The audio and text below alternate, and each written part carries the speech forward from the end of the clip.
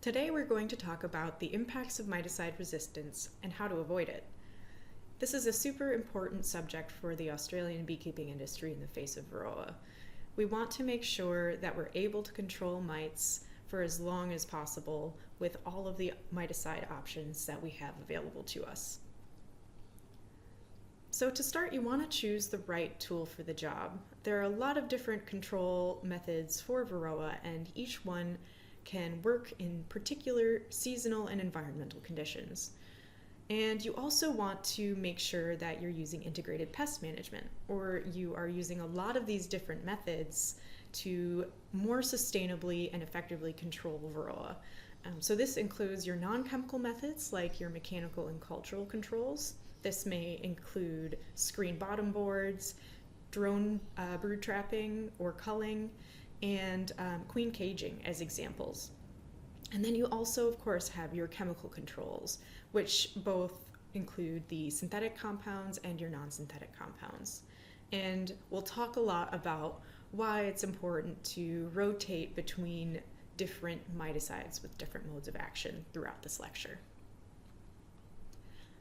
So let's dive into how miticide resistance occurs.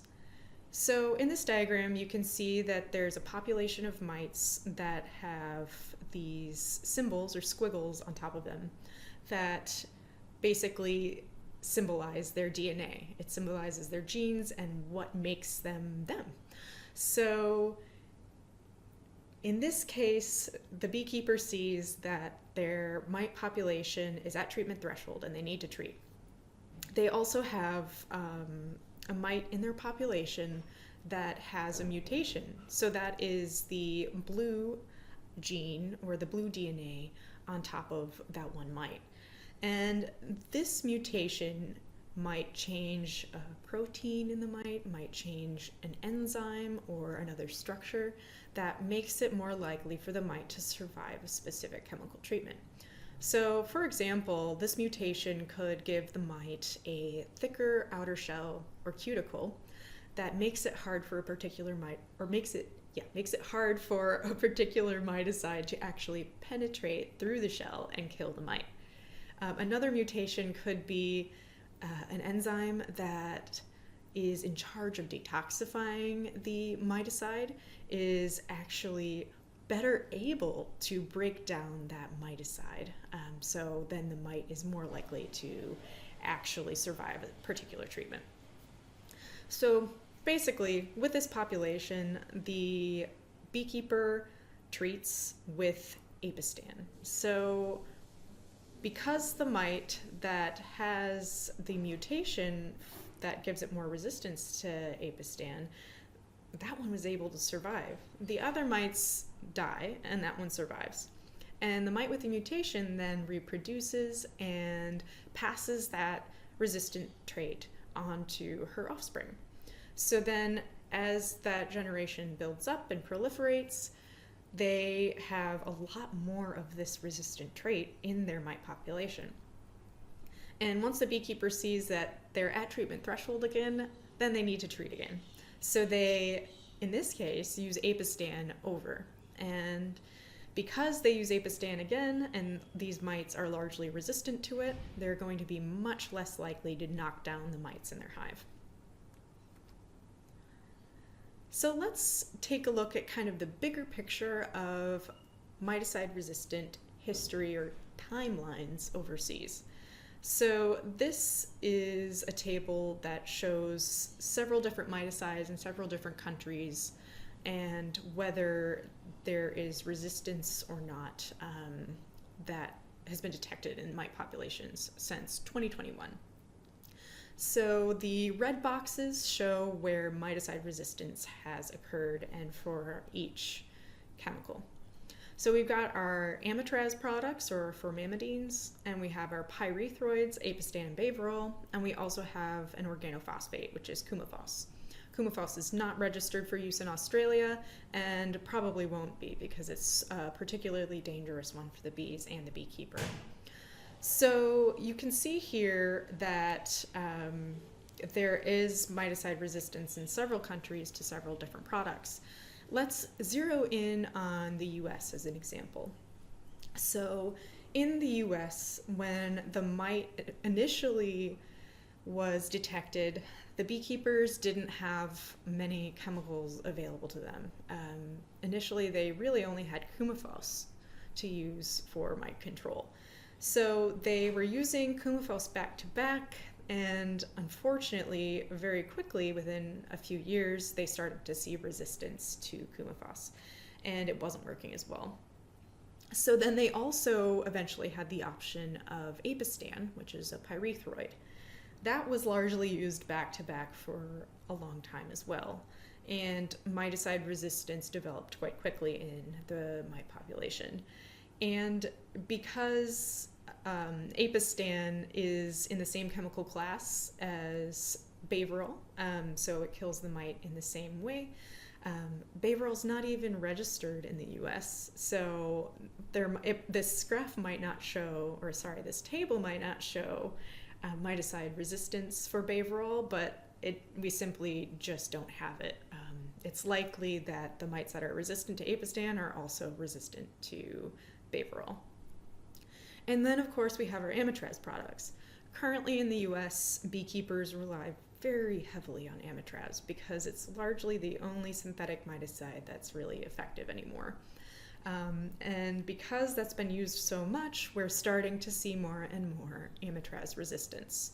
So there are pockets of Amitraz resistance confirmed around the US, and more recently, research has shown that resistance for Amitraz is in most populations to some extent around the US. So it's definitely a problem, and beekeepers are trying to rotate their chemicals more and more to try to avoid the progression of resistance and losing Amitraz altogether. And Australia is in a really unique position in that the mite that entered in the first place hasn't shown to have any resistant traits to any of the chemical classes that are registered for use in Australia. So we're in a unique position. We really want to make sure that we maintain the effectiveness of all of these miticides that we have. We want to just keep them and future-proof the industry. So let's talk about another example. So this is on, potential miticide resistance in New Zealand, or kind of some early observations when Varroa first was spreading around New Zealand. And this is a lesson on how much cost saving can actually cost you in the long run. So this story was told to us by a researcher in New Zealand who was there from the start. And essentially, because honey prices were low and miticide costs were high, some beekeepers in New Zealand started using fewer strips of Baverol. So instead of putting 4 strips in a full-size colony, they only put 2 strips or 3 strips. And with those treatments, they saw that their mite populations weren't actually under control after the end of the Baverol treatment. And this is likely because they were underdosing, so they weren't effectively using the miticide. However, that did start to look like miticide resistance, even though it was actually just an ineffective dose. But they realized this and started to use the effective dose, luckily. But at the same time, underdosing can cause miticide resistance to occur more quickly. So if you are not providing the full dose to each colony and really knocking down the mites, then any mites that have a resistance trait of some kind are more likely to survive that treatment. So you want to make sure you are following the label and using the right dose.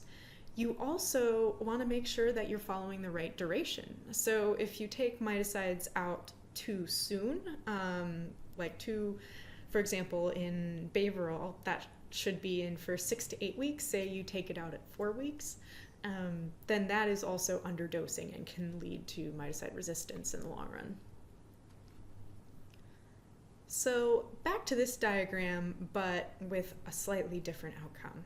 So again, we have our population of mites. We have the mites without the resistant traits with the black symbols, and then we have our mite with the resistance trait or mutation with the blue DNA or blue symbol. So the beekeeper treats with apistan, and the mite with a mutation that allows it to survive apistan does survive. She reproduces and passes that resistant trait onto her offspring. And then once at treatment threshold again, the beekeeper realizes, okay, it's time to treat. And instead of using apistan again, they then rotate with apivar. So now they're using an amitraz product, and it kills the mites in a different way. In other words, it has a different mode of action. And because of this, it knocks down those mites with the mutation. So essentially, they're more effectively able to control their mite populations over time, and a mite that has resistance to one miticide is much less likely to also have a resistance trait to another miticide. So you're more likely to effectively control those mites over time by rotating modes of action. And let's also briefly talk about the modes of action of different chemical classes. So we have our pyrethroids, which include apistan with an active ingredient of talfluvalinate, and also baverol with an active ingredient of flumethrin. So despite the fact that they have different active ingredients, they are in the same chemical class, and they do kill the mites in the same way. So you don't have to remember all of this, but we're going to just talk about some of the details in mite physiology and how this actually works. So these pyrethroids essentially kill mites by disrupting the transmission of their nerve impulses and causing muscle spasms and death. So essentially, they are killing the mite the same way, although there are slight differences in that they are acting on the same part of the cell in mites in a slightly different way. So one of them, for example, blocks the voltage-gated sodium channel, the other one opens the voltage-gated sodium channel. And again, you don't have to remember this, but they're acting on the exact same part of the cell. So if a mutation actually, for example, changes the shape of this channel in the cell wall, then it's likely that one chemical, say your apistan, is probably going to then work as well as your baverol, because it's on that same exact place. So it's just, yeah, they just work in the same way. That is in summary. But this just gives you a little more detail on how they actually work, how that mode of action works.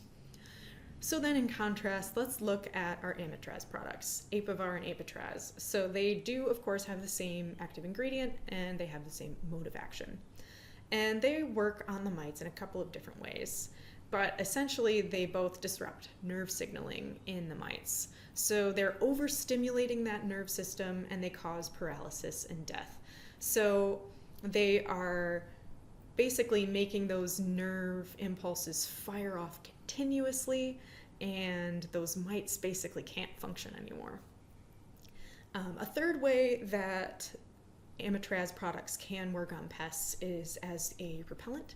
So they can deter pests from either feeding or moving on a treated surface or the host. But this really hasn't been confirmed in Varroa, only in other insects. So back to integrated pest management.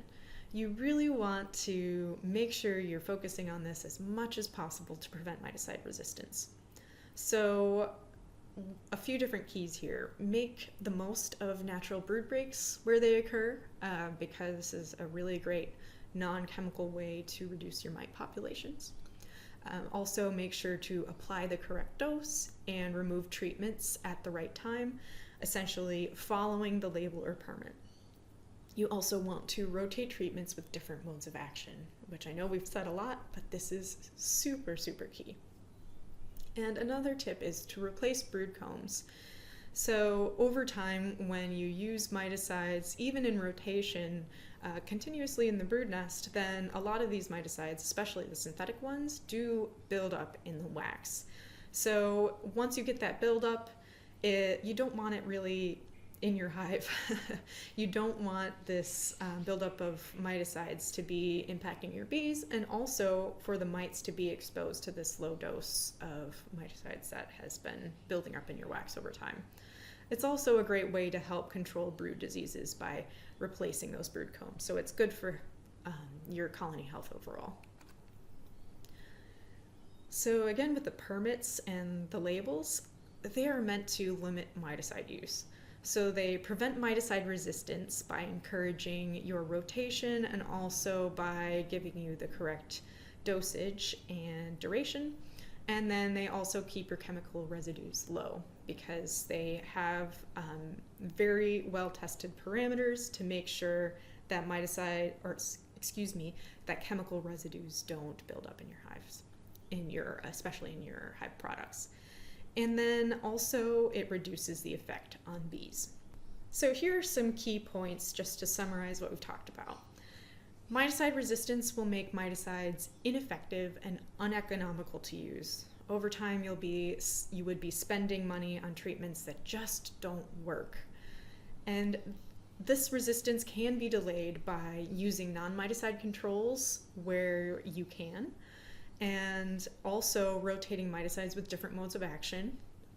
Then also following instructions on your permit or label as closely as possible, and also replacing 2 to 3 brood combs per year.